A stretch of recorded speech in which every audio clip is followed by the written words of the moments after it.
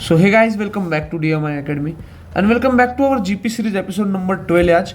और इसमें आज अपन सबसे कॉमन जो हार्ट डिसीज है जो है हाइपरटेंशन, जिसको अपन रक्तचाप वृद्धि ऐसा आयुर्वेद में कहा गया है, उसके बारे में देखने वाले हैं। ये जो वीडियो है ये सिर्फ नॉर्मल एक जीपी या फिर एक डॉक्टर के लिए नहीं, तो सभी आयुर्वेदिक स्टूडेंट के लिए बहुत बहुत इम्पोर्टेंट है।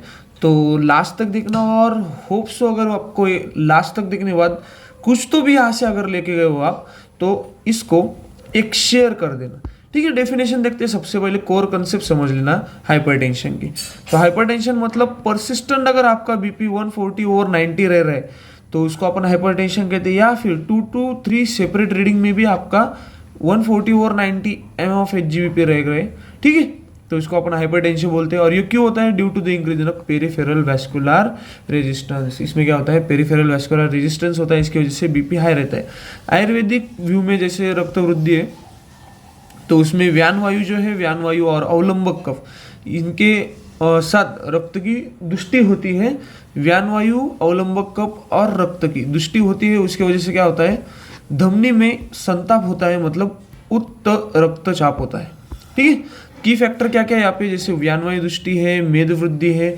मेद वृद्धि बहुत ज़्यादा है, ओबेसिटी में हाइपरटेंशन कॉम्प्लिकेशन आता ही आता है। उसके बाद रस रक्त दृष्टि होती है, और जैसे अपना मन जो है उसका उद्वेग रहेगा तो भी स्ट्रेस इंड्यूस्ड अपन हाइपरटेंशन उसको बोल सकते हैं। बाकी स्टेप वाइज जीपी अप्रोच, जैसे इसमें देखो हिस्ट्री टेकिंग बहुत इंपॉर्टेंट है। हाइपरटेंसिव पेशेंट में हिस्ट्री टेकिंग बहुत इंपॉर्टेंट है। तो जैसे अपन पूछ सकते हैं कि ड्यूरेशन क्या है, जैसे न्यू है, ओल्ड है, मतलब आपको बीपी कब से, हाइपरटेंशन कब से, आपका जो ब्लड प्रेशर है वो हाई कब से रह रहा है। तो जैसे 7 दिन हो गए, या फिर 1 महीना हो गया, 1 साल हो गया। जैसे ये न्यू है 1 साल 2 साल, ओल्ड मतलब more than 5 years, old patient of hypertension. उसके बाद हेडेक, गिडीनेस एंड पाल्पिटेशन, इसकी हिस्ट्री अपन पूछते हैं कि एसोसिएटेड सिम्टम क्या है। जैसे हेडेक रहेगा, गिडीनेस रहेगा, चक्कर आ रहे हैं पेशेंट को, पाल्पिटेशंस, ठीक है, धड़धड़ हो रहा है। बाकी ब्लड विजन रहती है मोस्ट ऑफ द टाइम, और ब्रीथलेसनेस रहता है पेशेंट। चेस्ट पेन भी हो सकता है, जो कि रेड फ्लैग है। अपन लास्ट वीडियो में ही चेस्ट पेन के बारे में देख चुके हैं। बाकी past hypertension, diabetes mellitus, CKD, chronic kidney disorder, thyroid disorder को है क्या, इसकी हिस्ट्री अपन को लेनी है। बाकी ड्रग्स में जैसे ओसीबीज चालू है क्या, बाकी एनएजाइडीज लेते हो क्या, या फिर स्टेरॉइड लेते हो क्या, ये भी एसोसिएटेड हाइपरटेंशन हो सकता है। बाकी स्मोकिंग या अल्कोहल की कुछ हैबिटिक है, ये हिस्ट्री में अपन को पूछना है। बाकी कुछ stress and sleep pattern related history लेनी है। And lastly family history of STN, मतलब जेनेटिक भी आपको हिस्ट्री वहाँ पे कवर करनी है। ये सब पॉइंट आपके हिस्ट्री में आएंगे, जैसे ड्यूरेशन से लेकर एसोसिएटेड सिम्टम पूछेंगे, फिर चेस्ट पेन का रेड फ्लैग, बाकी past history, drugs, smoking, alcohol, stress, sleep pattern and family history of hypertension, ये सब इंपॉर्टेंट है। क्लिनिकल एग्जामिनेशन में जैसे आप दोनों हाथ का बीपी लेना है आपको, नेक्स्ट आप पल्स चेक करें, फिर बीएमआई जो है वो भी निकालना है, एंड वेस्ट सर्कमफरेंस देखना है। जैसे ओबेसिटी रिलेटेड बहुत बड़ा कॉम्प्लिकेशन है हाइपरटेंशन। उसके बाद फंडस लेना है इफ़ पॉसिबल। हाँ, बाकी जुगुलर वेन प्रेशर देखना है, एडिमा देखना है बॉडी में कहाँ कहाँ है। उसके बाद हार्ट मर्मर्स चेक करने ऑस्कल्टेशन से। बाकी साइंस ऑफ सीकेडी, जैसे पैलर हो गया, पफिनेस हो गया, ये आपको चेक करना है। क्लासिफिकेशन में जैसे देखते हैं अपन तो मॉडर्न बीपी वैल्यूज, तो मॉडर्न बीपी वैल्यूज जैसे नॉर्मल, ये जो है ये WHO क्लासिफिकेशन है गाइस। ये आपको ओनली WHO रेफरेंस से ही मिलेगा, और ऑल ओवर द वर्ल्ड यही चलता है। नॉर्मल जो बीपी है वो लेस देन 120 वो रेट रहेगा। बाकी प्री हाइपरटेंशन में अपन 120 to 139 systolic and 80 to 89 diastolic देखते हैं। स्टेज 1 हाइपरटेंशन में 140 to 159 systolic and 90 to 99 diastolic stage 1 hypertension. Stage 2 hypertension में दिखता है अपने को over greater than 160 systolic and diastolic जो है ग्रेटर देन 100 रहेगा, तो अपन स्टेज 2 में उसको डाल। बाकी हाइपरटेंसिव अर्जेंसी कब रहेगी? जब 180 ओवर 120 से ज़्यादा अगर बीपी रहेगा तो हाइपरटेंसिव अर्जेंसी। इसमें कोई ऑर्गन डैमेज नहीं है। अगर बीपी 180 ओवर 120 और प्लस जो है ऑर्गन डैमेज है, तो उसमें अपन बोलेंगे उसको हाइपरटेंसिव इमरजेंसी। अर्जेंसी में ऑर्गन डैमेज नहीं है तो अर्जेंसी, और अगर ऑर्गन इन्वॉल्व है, ऑर्गन डैमेज है, तो उसको अपन इमरजेंसी में नहीं। आयुर्वेदिक टाइप से जैसे हृदरोग के वात पित्त कफज, तो वातज में जैसे एंजाइटी टैकीकार्डिया वेरिएबल बीपी, ठीक है। पित्तज में इरिटेबिलिटी दिखती है, हीट रेडनेस, ये सिम्टम्स दिखते हैं। कफज हृदरोग में जैसे ओबेसिटी, हेवीनेस, लेथार्जी, ये सब चीज़ें आती हैं। डिफरेंशियल डायग्नोसिस किसके साथ कर सकते हैं अपन हाइपरटेंशन का, तो जैसे रीनल में सीकेडी है, रीनल आर्टरी स्टेनोसिस, यहाँ पे डिफरेंशियल कर सकते हैं आप। एंडोक्राइन सिस्टम में जैसे थायराइड डिसऑर्डर है, इसमें भी एसोसिएटेड हाइपरटेंशन रहता है। कार्डियक में जैसे आयोर्टिक रिगर्गिटेशन है, यहाँ पे भी आपका बीपी आपको रेज मिलेगा। बाकी वेस्कुलर में जैसे कॉर्क्टेशन ऑफ आयोर्टा, यहाँ पे भी बीपी रेज मिलेगा। आयुर्वेदा में जैसे अपन मेदो रोग हो गया या फिर मनोउद्वेग, यहाँ पे आपको बीपी जो है बड़ा हुआ मिलता है, तो उसके साथ डिफरेंशियल मतलब ये चेक करते हैं। इन्वेस्टिगेशन क्या क्या कर सकते हैं अपन जीपी लेवल पे, जैसे सीबीसी हो गया, आरएफटी, एलएफटी, ठीक है। यहाँ पे आरएफटी का बहुत बड़ा रोल है, क्योंकि क्रोनिक किडनी डिसऑर्डर में मतलब मोस्ट कॉमन बीपी जो है वो बड़ा हुआ रहता है। बाकी HbA1c या फिर fasting blood sugar, lipid profile करते हैं अपन, रूटीन यूरिंग करते हैं जैसे प्रोटीन यूरिया के लिए, और ECG देखते हैं, फंडस एग्जामिनेशन करते हैं। हाइपरटेंशन के पेशेंट का ECG देखना ही है, फंडस एग्जामिनेशन वेरी इंपॉर्टेंट है। बाकी USG abdomen if renal cause suspected. बाकी मैनेजमेंट प्लान में देखो रिवाइज्ड एंड क्लीन फाइनल जो है WHO का मैनेजमेंट प्लान यहाँ पे मैं आपके सामने लाया हूँ, जहाँ पे जो कुछ भी चीज़ है हाइपरटेंशन से रिलेटेड ये मेरी WHO सर्टिफाइड है, ठीक है।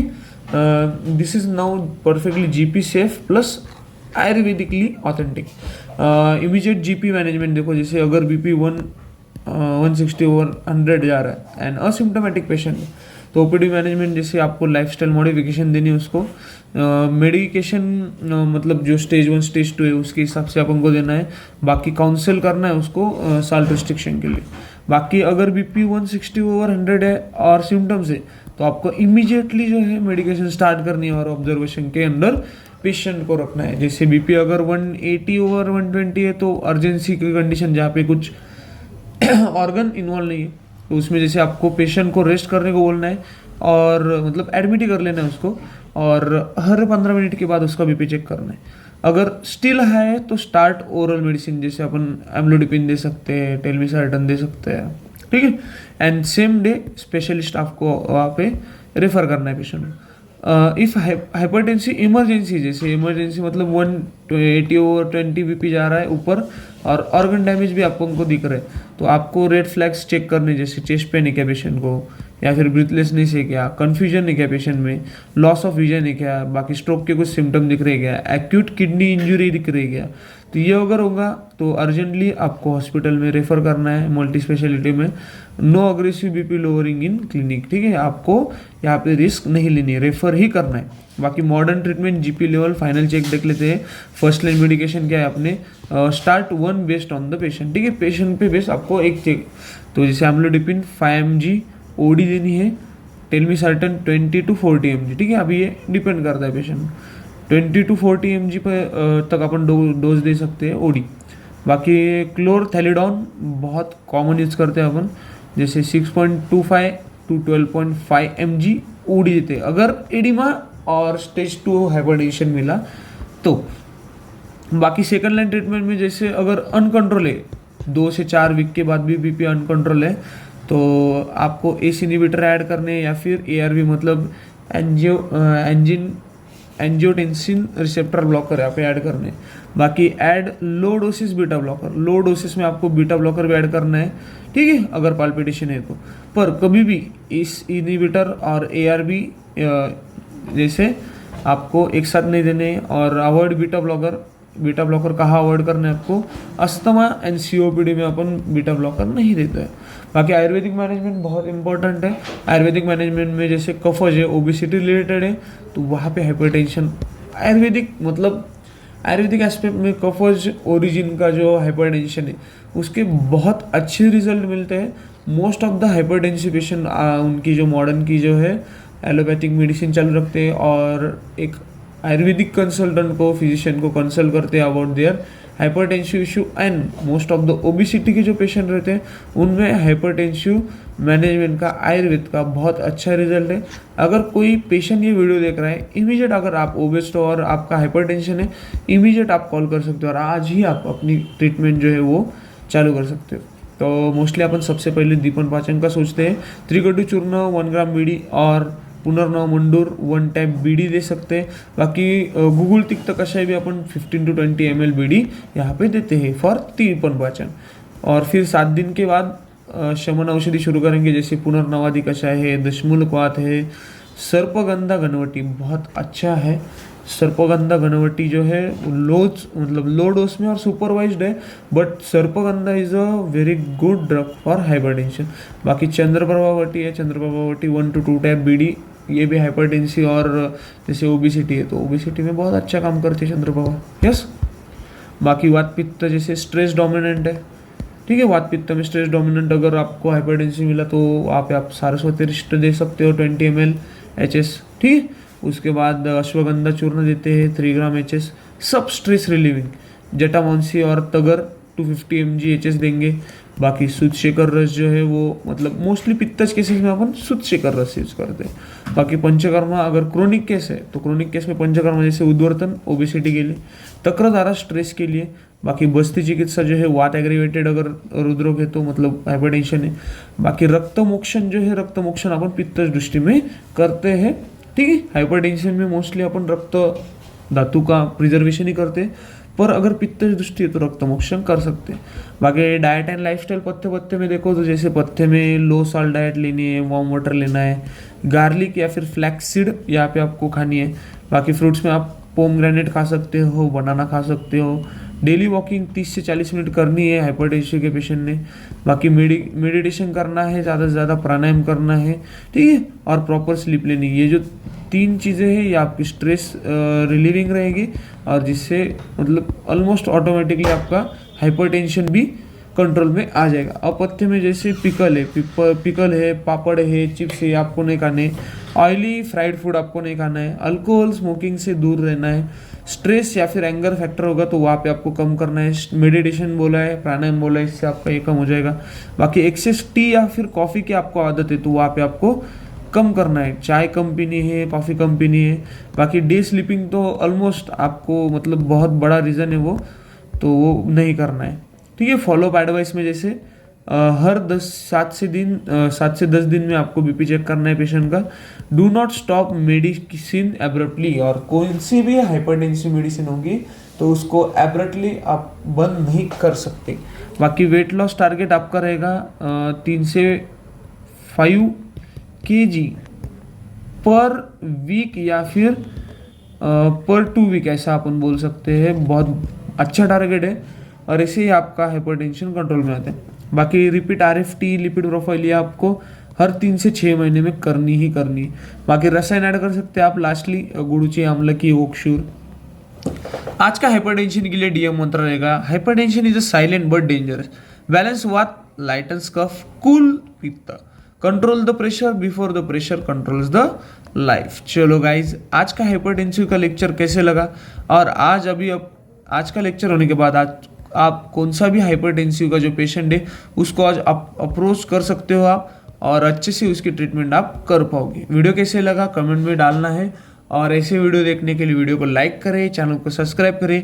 अपनी जीपी सीरीज़ का एपिसोड अभी लगभग 12th एपिसोड पर तक आ चुका है। 15 एपिसोड तक अपन कंटिन्यू करेंगे। उसके बाद अगर आपका कोई भी क्वेश्चन हो, कोई भी डाउट हो, कौन सी भी सीरीज शुरू करनी है, आप जस्ट मुझे मैसेज कर देना, अपन वो शुरू कर देंगे। जैसे मेडिसिन का मेरा चालू है दिमाग में मेडिसिन की सीरीज शुरू करने का, और जो अपना द्रव्य महोत्सव है तो वो भी अपन स्ट्रिक्टली मतलब जैसे डेली इसमें स्टार्ट करेंगे। बाकी वीडियोस कैसे लग रहे हैं और आपको कितना फ़ायदा हो रहा है आप मुझे DM करके भी बोल सकते हो। चलो मिलते हैं नेक्स्ट वीडियो में, तब तक के लिए हैव अ नाइस टाइम। जय आयुर्वेद गाइड्स।